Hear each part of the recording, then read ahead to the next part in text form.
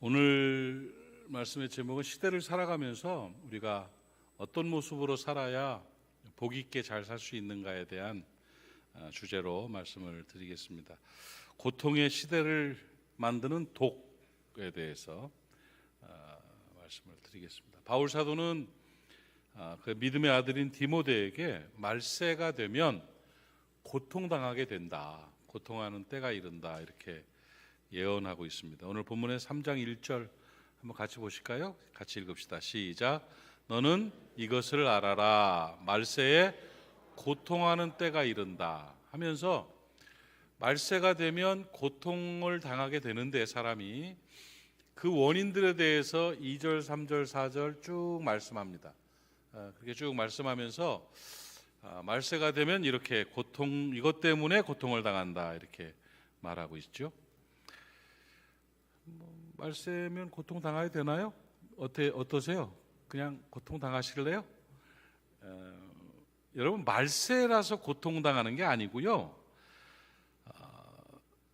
고통을 만드는 악한 독이 있기 때문에 그런 거예요.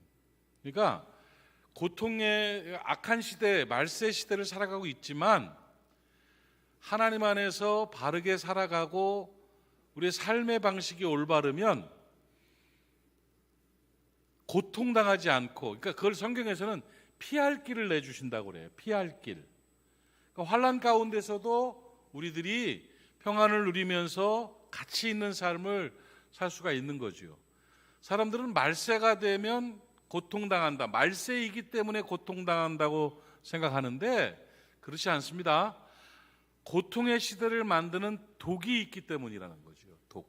그러니까 그 독에서 돌아서라고, 너희는 이것들에서 돌아서라고 5절에서 말씀하고 있는 거예요. 그러니까 여러분, 말세 맞아요. 말세 맞아요. 지금이 마지막 때 맞아요. 그런데 그럼에도 불구하고 오늘 본문을 우리에게 기록하고 있는 것은 마지막 때이지만, 말세이지만, 고통하는 때가 이르지만 너희들이 고통당하라가 아니라는 거죠. 이것들에게서 돌아서면 고통당하지 않는다는 거예요. 악 가운데 빠지지 않는다는 거죠. 그걸 가르치기 위해서 오늘 본문을 주신 것입니다. 그래서 고통을 만드는 악한 독이 무엇인가를 우리가 알고 거기에서 돌아서면 우리는 피할 길을 내시는 하나님의 은혜로 살아갈 수가 있고 바르게 살고 가치 있게 살 수가 있다는 것입니다. 오늘 저는 그것을 여러분에게 좀 전달하고자 합니다. 수십 가지, 여러 가지의 그 말세에 고통을 주는 악에 대해서 바울이 쭉 구체적으로 나열하고 있는데 그 내용들, 말세가 되면 뭐해서 뭐 때문에 고통을 당한다는 얘기를 쭉 하고 있는데 그거를 정리해서 분석해 보면 5가지 정도의 카테고리가 돼요. 그러니까 이 5가지 정도의 요소들을 알면 고통당하지 않고 독에서 벗어나서 살 수가 있다. 저는 그렇게 희망합니다. 제가 좀 말씀을 드릴 텐데 여러분 잘 듣고 그대로 해보시겠습니까? 옆 사람을 한번 쳐다보십시오. 해보실라우? 하고 한번. 졸기로 마음 먹지 말고 듣기로 마음을 먹고 정확하게 목사를 쳐다보고 이렇게 눈을 이렇게 똑바로. 그 학교 성적이 좋은가 나쁜가를 보면 선생님 보는 애들이 성적이 좋아요. 진짜예요. 목사를 잘 보고서 말씀을 들으면 잘 깨닫게 될 거예요. 제가 그 식사를 하고 난 다음에 그 좋은 그 루틴을 하나 만들려고 노력을 합니다. 뭐냐면 저녁 식사를 하고 난 다음에 이제 그 스태퍼 있죠? 스태퍼. 조그만 그 계단 오르는 그 운동 기구를 이렇게 놓고 제가 이제 그거를 밟아요. 막 밟으면서. 그거 힘들어요. 그 막 이렇게 밟으면서 이제 밥 먹고 난 다음에 그러면 이제 당 수치도 안 올라가고 건강도 좋아지고 종아리가 허벅지가 좋고 막 이게 해서 그걸 이제 하려고 하기 진짜 싫은데 그걸 이제 하면서 제가 이제 TV를 켜고 TV 앞에 이제 그게 있어요. 좀 떨어져서 이렇게 있는데 그렇게 보는데 저는 이제 스포츠를 잘 봐요. 참 제가 스포츠를 좋아합니다. 다방면으로 여러 가지를 좋아하는데 기억에 남는 게 하나 있어서 한 3주 전인가 제가 봤던 내용인데 좀 소개를 하면서 연결을 하고 싶은데 그 프로 당구가 있죠. 당구 요즘 아주 건강한 스포츠로 세계적으로 좋은 그 스포츠로 지금 자리매김하고 있는데 프로 당구가 당구의 세계가 기가 막힙니다. 우리 교회도 저 위에 교육관 위층에 당구장이 있죠. 그 거기도 지금 우리 그 활용하는 분들이 남전도회가 많이 하고 있어서 참 반가운 일인데 그 당구가 참 좋은데 그 당구도 제가 참 좋아해요. 당구를 좋아하고 그런데 스타 선수들도 많아요. 뭐 조재호 선수라든지 강동궁 선수라든지 뭐 이런데 여자 선수들 중에 제가 좋아하는 선수가 하나 있어요. 멋있는 사람이 하나 있어요. 멋있는 사람이. 당구 알아요? 당구가 뭔지 알아요? 표정들이 아주 심란한 표정을 짓고 있는데 그렇다고 내가 어디 뭐 당구장 가서 당구 치고 그런 건 아니고 이제 그거를 운동하면서 이렇게 보는데 김가영 선수라는 분이 있습니다. 당구 선수 중에 김가영인데 40대 초반 42살 83년생인데 김가영 선수가 한국체대를 나왔어요. 한국체대를 나오고 원래 그 포켓볼을 치던 선수였는데 몇 년 전부터 이제 그 3쿠션으로 전향을 해가지고요. 막 승승장구를 하고 있어요. 막 얼마나 눈매도 매섭고 잘 치고 있는지 참 아주 유명한 뭐 그 제가 정확한 건 몰라도 36연승을 했대나 뭐 이런 정도로 당구에 여자 당구에 아주 기가 막힌 분인데 우승을 많이 하는 분인데 그분이 그 어느 그 프로 당구 대회 준결승인가에서 그 당구를 치다가 그 당구 큐라고 그러죠. 그거 무식하게 작대기라고 그러면 안 됩니다. 당구 작대기 뭐 이렇게 말하면 안 돼요. 당구 큐를 가지고 치는데 당구대 안에 공이 좀 멀리 있으면 그 당구대 그 큐거리를 제대로 한다든지 뭐 이거 치는 힘이 좀 달라. 이게 그 당구 큐대의 그램 수에 따라서 공이 나가는 게 다르거든요.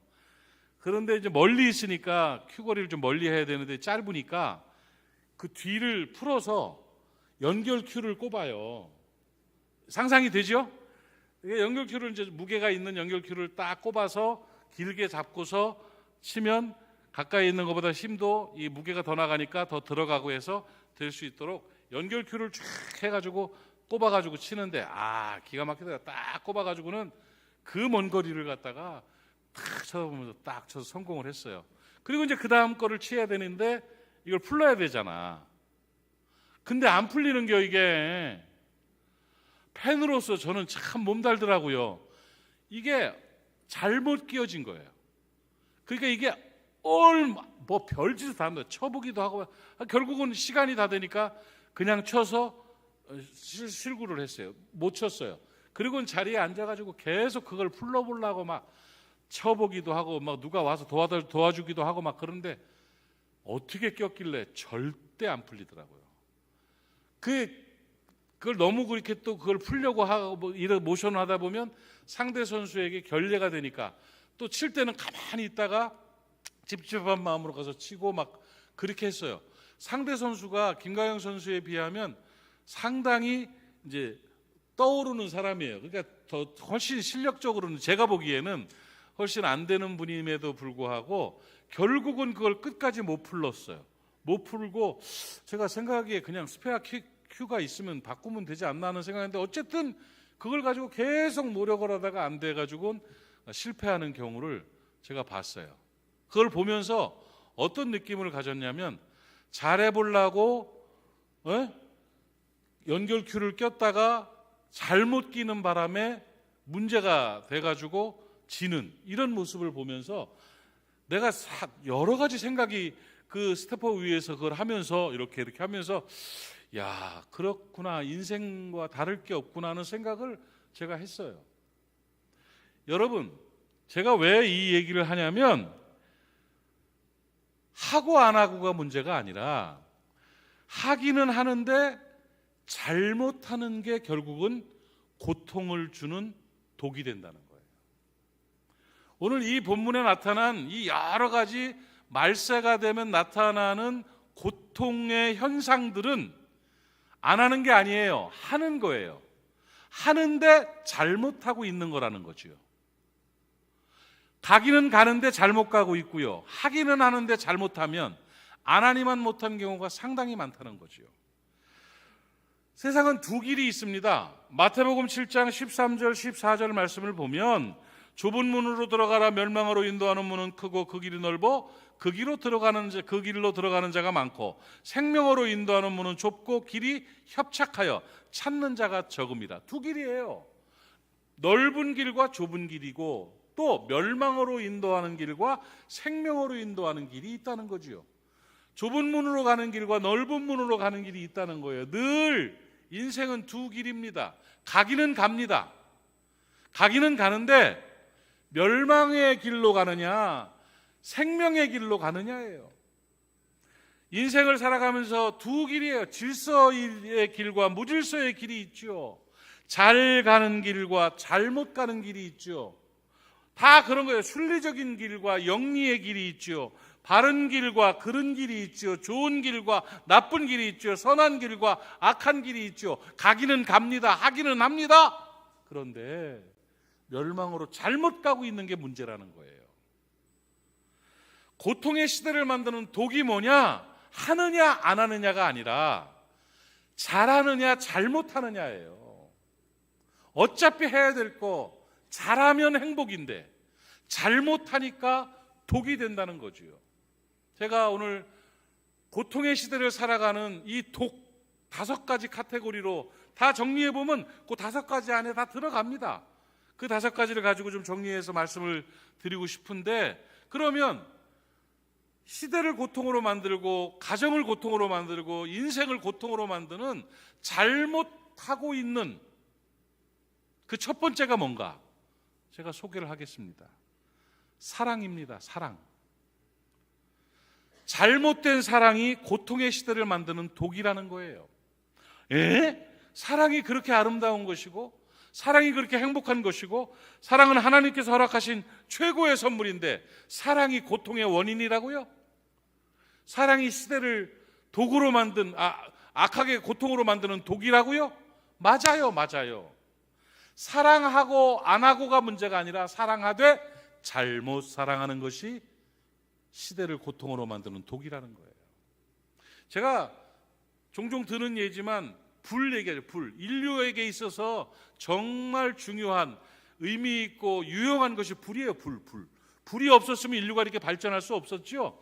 그 유익하고 유용한 불이 어디에 있느냐에 따라 다른 거예요. 그 불이 가스레인지 위에서 김치찌개를 끓이고 있으면 멋있는 거지요. 좋은 거지요. 그런데 그 불이 장롱 속에 타고 있으면 큰일 난 겁니다. 그 불이 주유소에서 불이 붙어 있으면 그건 화입니다. 화. 무엇이냐가 문제가 아니라 어디에 있느냐, 어떻게 하느냐가 중요한 거지요.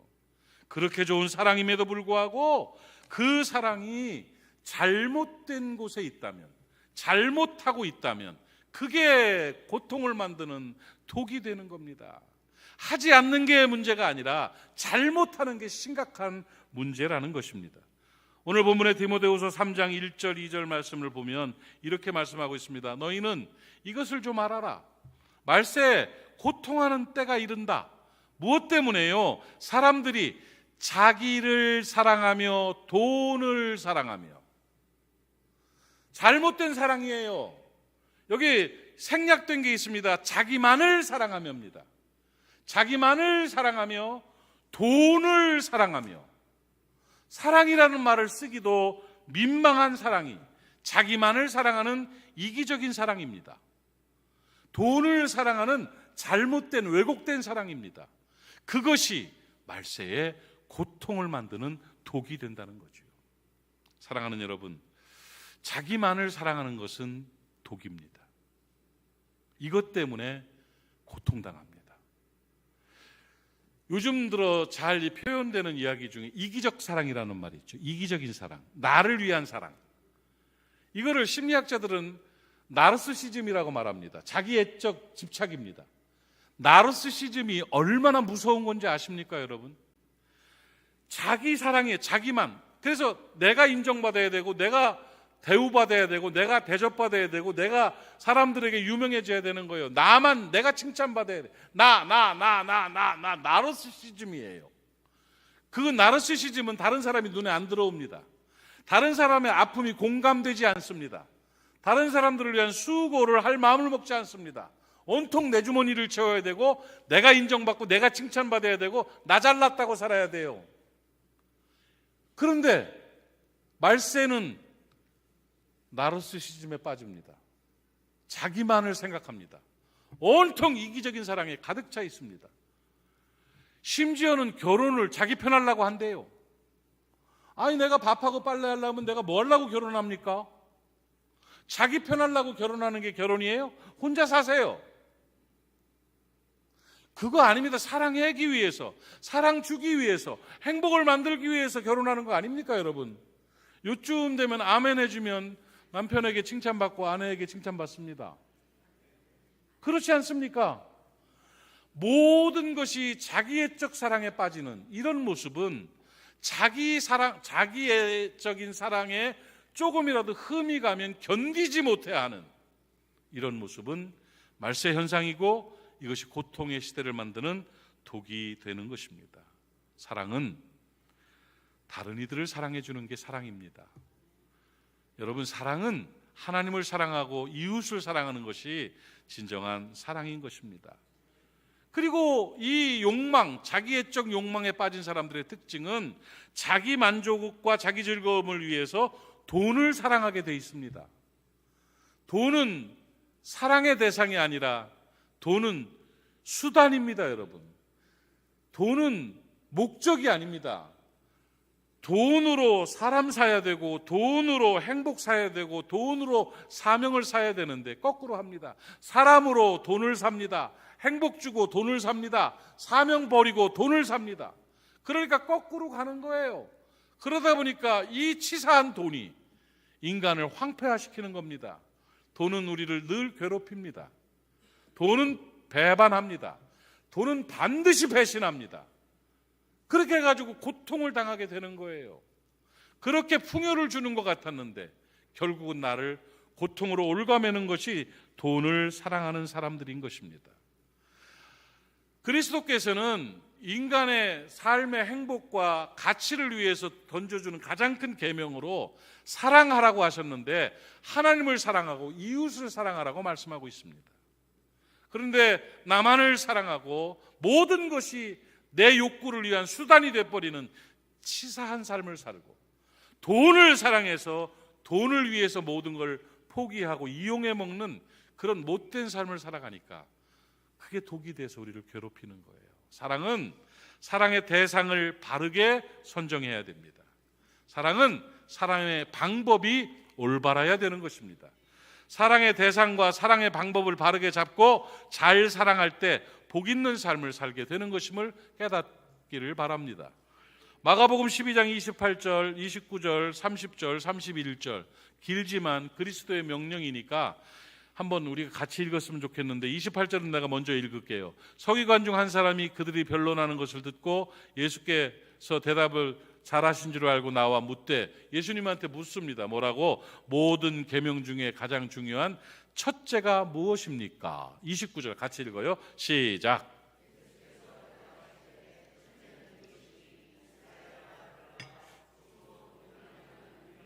(30절) 내 마음을 다하고 목숨을 다하고 뜻을 다하고 힘을 다하여 주 너의 하나님을 사랑하라 하신 것이요. 31절 둘째는 이것이니 내 이웃을 내 자신과 같이 사랑하라 하신 것이라. 이보다 더 큰 계명이 없느니라. 아멘.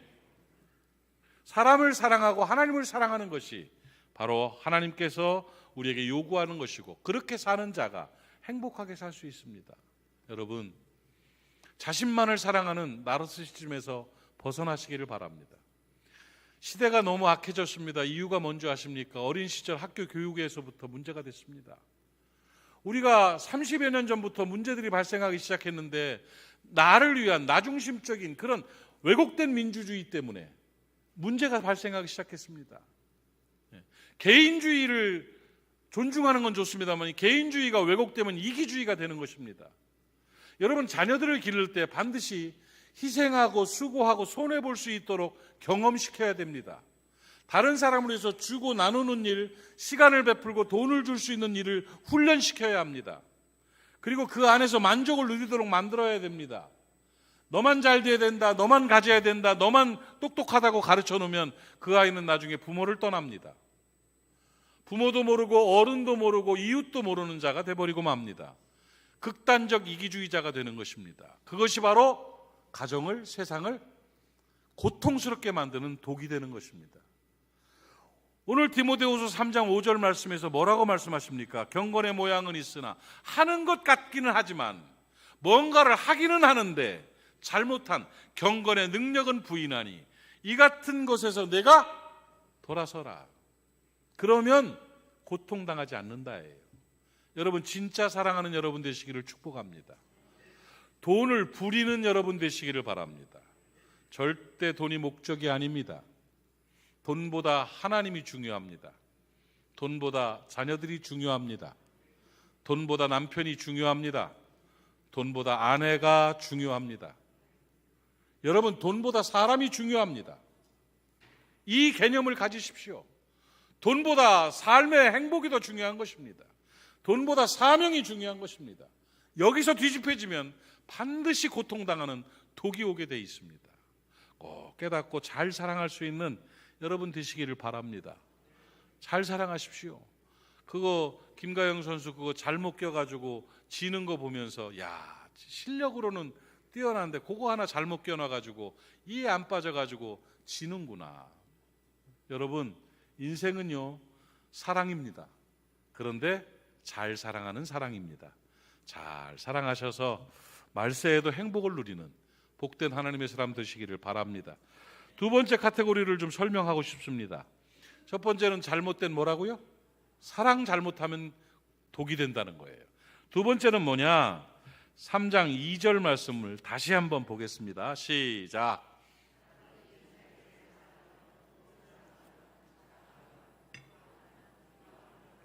부모를 거역하며 감사하지 아니하며 거룩하지 아니하다.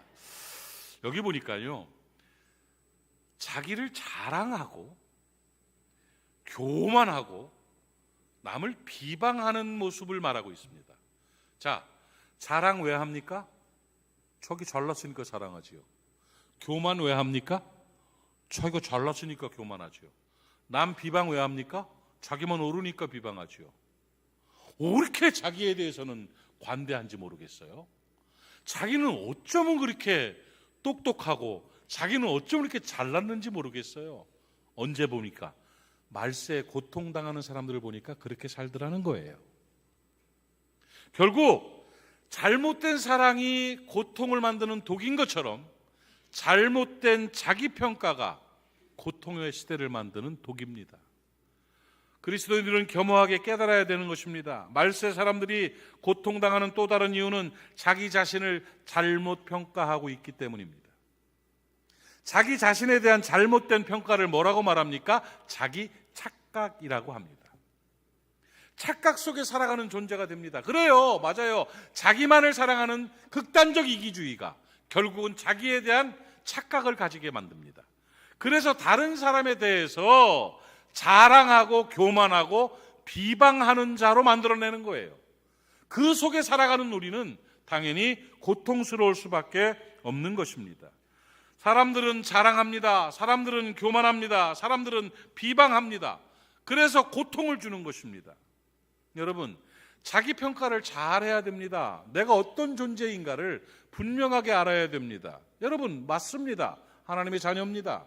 맞습니다. 예수님 자리 존귀한 존재입니다.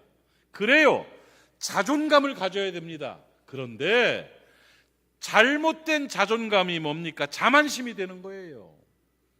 자존감과 자만심은 다릅니다. 자존감은 겸허한 자기 존중입니다. 그러나 자만심은 교만한 우월감입니다, 여러분. 비교하는 교만한 우월감은 자만심입니다. 그 자만심으로 자기를 평가하면 사람들을 고통스럽게 만들고 자신을 아프게 만드는 그런 독이 되는 것입니다. 깨닫기를 주님의 이름으로 부탁을 드립니다. 그래서 이 자만심이 있느냐 자존감이 있느냐를 보면 뭘 보면 판단할 수 있느냐? 그 사람이 늘 자기 자랑에 빠져 있는 사람인가 그렇지 않은가를 보면 됩니다. 여러분, 자존감이 있는 사람들은 자기 자랑하지 않습니다. 왜? 남의 평가나 남의 대접이나 남의 인정이 자기를 그렇게 갈급하게 만들지 않기 때문이에요. 스스로 감사하고 스스로 만족하기 때문에. 한번 따라합시다. 배부른 사람은, 다시 한번, 배부른 사람은 빵을 훔치지 않습니다. 중요한 얘기예요. 정서적으로 배부른 사람은 남의 인정과 대접과 대우라는 자기 자랑이라는 그 빵을 훔쳐먹지 않아도 스스로 배가 부릅니다. 그런데 배고프니까 자꾸 여기저기 껄떡거리면서 빵 훔쳐먹고 다니는 거예요. 사랑하는 여러분, 말세에 고통을 주는 것은 과도한 자기 자랑입니다. 이 자랑이란 말은 복음을 자랑하고 뭘 자랑하는 그런 자랑이 아닌 부정적 의미의 자랑을 말하는 겁니다. 자기를 드러내는 겁니다. 남을 멸시하지는 않지만 지나치게 자신을 돋보이게 하기 위해서 자랑하는 그 모습 때문에 불편해지는 것이에요. 늘 말하면서 나는을 많이 말하는 사람들은 조심하십시오. 대화 중에 꼭 내가 끼어들어야 되는 사람들은 조심하십시오. 누구나 그렇지만 그것이 과하면 자랑 속에 빠져 있는 사람입니다. 대화의 흐름에 왜 내 주제가 다시 들어가야 되는지 한번 분석해 보십시오. 그 얘기를 하다 보면 꼭 나도 말이야, 우리 애가 말이야, 꼭 그게 들어가야 돼요. 왕년에 나는, 옛날에 말이야 내가, 꼭 자기가 뭔가 인정돼야 되고 들어야 되는 이것들 때문에 대화가 깨지고 관계가 어려워져요. 본인은 잘 몰라요. 저도 잘 모르고 여러분도 잘 모르지요. 그러나 자존감을 갖고 있는 사람들은 그러지 않아도 넉넉합니다. 하고 넘어갈 수가 있습니다. 그런데 자랑에서 끝나면 괜찮아요. 그런데 자랑을 넘어서기 때문이죠. 자랑에 대한 얘기를 마무리를 하면 잠언 27장 1절 2절을 보면 교훈을 얻을 수 있습니다. 같이 읽읍시다. 시작. 자랑하지 말라. 하루 동안에 무슨 일이 일어날는지 내가 알 수 없습니다. 2절 시작. 타인이 너를 칭찬하게 하고 내 입으로는 하지 말며 외인이 너를 칭찬하게 하고 내 입술로는 하지 말지니라. 이 말씀을 보면서 조금 민망해지지 않습니까? 너무 내가 내 입으로 많이 하지 않았습니까? 다른 사람들이 할 수 있도록 좀 기다려 주십시오. 그래요. 자랑은 애교로 볼 수 있습니다. 과도한 자랑은 불편하게 만드는 것입니다. 그리고 거기서 끝나면 좋은데 그 다음에 나타나는 것이 뭐냐? 교만이라는 겁니다. 교만은 드디어 자신이 우월하다고 생각해서 남을 멸시하는 자세를 갖는 게 바로 교만인 것입니다. 사람들은 교만하게 행동합니다. 이걸 다른 말로 우리는 뭐라고 말해요? 갑질이라는 말 들어보셨습니까? 갑질이 교만의 열매입니다, 여러분. 정말 갑질합니다. 조금 힘 있으면 밟아버립니다. 정말 그러면 안 되는데 그렇게 합니다. 참 힘들게 만듭니다. 그 돈 10,000원짜리 설렁탕 먹으면서 일하는 종업원들 얼마나 시켜먹고 갑질하는지 정말 가슴 아픕니다. 그 하루에 그 종업원들이 왔다 갔다 하는 거리가 서울에서 수원까지 다니는 거리를 걷는다고 합니다.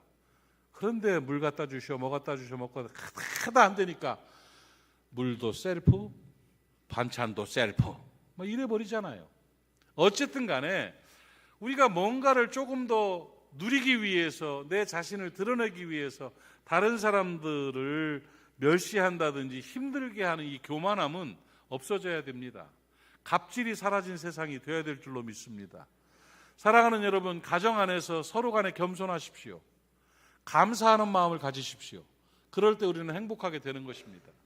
그래서 자기 평가가 잘못된 사람들, 자기에 대해서 자기 착각으로 분석이 잘못된 사람들에게 나타난 현상이 자랑과 교만입니다. 그리고는 급기야는 비방하며가 나옵니다. 이제는 다른 사람들을 비방합니다.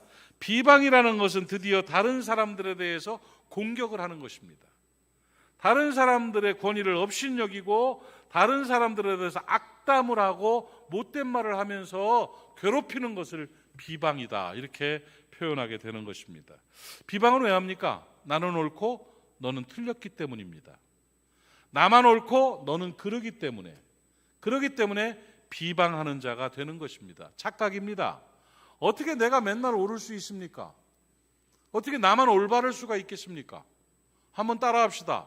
어쩌면, 다시 한번, 어쩌면, 한번 다시, 어쩌면 내가 틀렸을 수도 있다.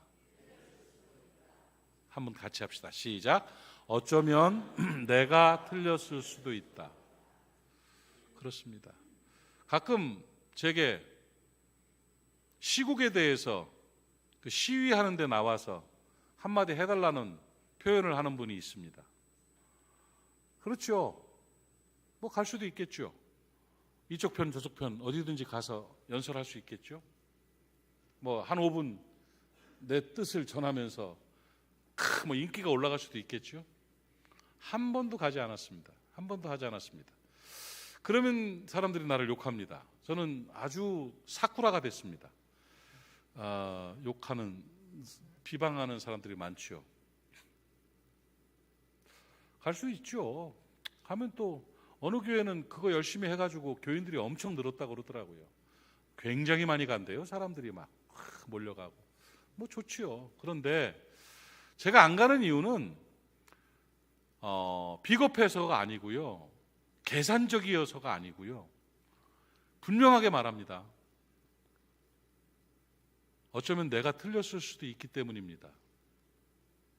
내 생각이 100% 맞지 않기 때문입니다. 그래도 할 수 있습니다.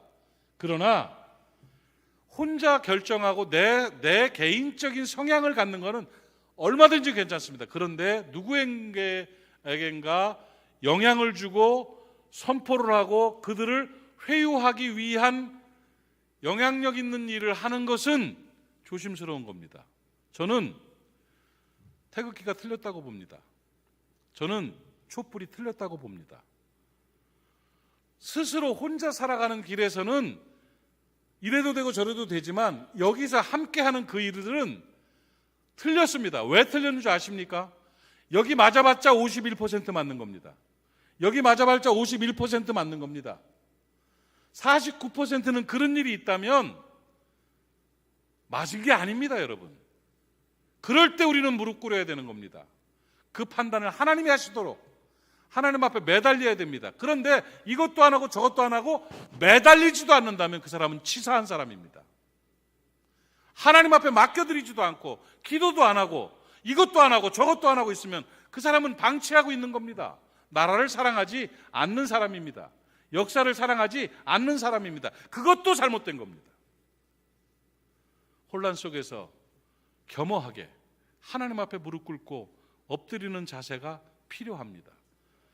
또 한 가지 제가 하지 않아야 될 일은 뭐냐, 왜 그렇게 있어야 되느냐 하면 비방을 너무 합니다. 이게 말세 현상입니다. 제가 대학을 다닐 때 80년도 초반에는 그게 데모를 엄청 많이 했습니다. 그때 체류탄 속에서 민주를 꿈꾸며 달려나갈 때 제가 늘 우리 학생들 동료들한테 했던 말이 뭐냐면 그들이 가끔 돌멩이를 들고 전경들을 향해 던지면서 적들을 향하여 뭐 이런 말을 씁니다. 적이라는 표현. 왜 저들이 우리의 적입니까? 적이 아닙니다. 학교 임원하면서 그 얘기했습니다. 우리는 민주주의를 사랑하고 나라를 사랑하기 때문에 데모를 하는 것이지 저들을 부수기 위해서 하는 것이 아닙니다. 적이 아닙니다 하는 표현을 제가 썼던 적이 있습니다. 여러분, 왜 우리나라는 서로를 비방해야 됩니까? 자기 평가가 잘못됐기 때문입니다. 나만 옳고 저는 틀렸다고 생각하기 때문에, 그렇기 때문에 비방하면서 공격하는 겁니다. 거기에 아픔이 있고 거기에 고통이 있고 거기에 독이 있는 겁니다. 한 번쯤 생각해 보십시오. 어쩌면 내가 틀렸을 수도 있다. 100% 맞아야 맞는 겁니다. 51%만 맞으면 맞은 게 아닙니다. 조심해야 됩니다. 고통당하는 이유는 바로 그런 것이라고 저는 생각을 합니다.